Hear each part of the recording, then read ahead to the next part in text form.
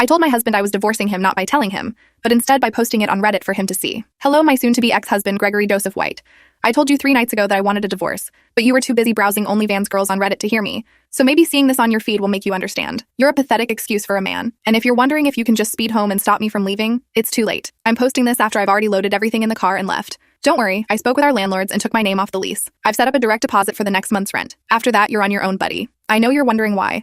I know you'll act like you were completely blindsided because you've done absolutely nothing wrong. And you're just Gregory, a great husband and father, aren't you? Well, buddy, let me break it down for you in a language you understand. I'm 28 and you're 37 and we've been married for over 10 years. On paper, everything seemed fine. But in reality, I've reached my breaking point, and I can no longer stand you, Gregory. From the beginning, my mother-in-law has been a nightmare. She made everything about her from day one. At our wedding, she wore white and you didn't say a word.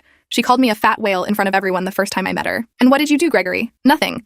You actually tried to speak up and say that's not nice, but your mother told you to shut up and you listened. Remember how your mother destroyed my dead grandmother's necklace, all because it looked like cheap jewelry? And what did you do? Tell me that she's right and that it did look pretty cheap. You told me we can buy a new one. You even told me my grandmother doesn't care because she's dead anyway, so why should I? I've always hated your mother, Gregory. And then there's you, my stupid, incompetent, spineless Gregory. You spend an average of 7 hours a day on Reddit according to your screen time, and that's just your phone. You spend an extra 3 a day on your laptop. And what do you do on Reddit? Watch nothing but X. You say you don't want to have intimacy with me because you're too tired, when in reality your phone case even smells of nut because of how much you play with yourself to these girls on Reddit.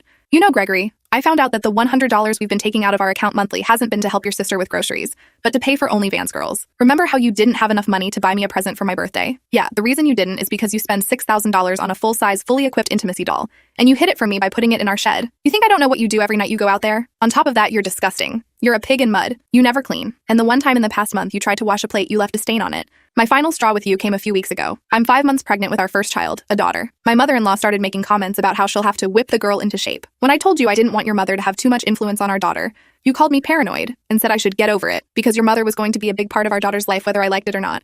Oh, and did I mention to everyone how you missed our first ultrasound? Your mother needed you to help her with something urgent. It turned out to be fixing her Wi-Fi. You chose that over seeing our daughter for the first time. That told me everything I needed to know about where I stand in your life. So I packed up and left. I've already contacted a lawyer. You can't scare me into complying anymore because I have all those texts. You know exactly which ones I'm talking about. They're children, Gregory, you sick F.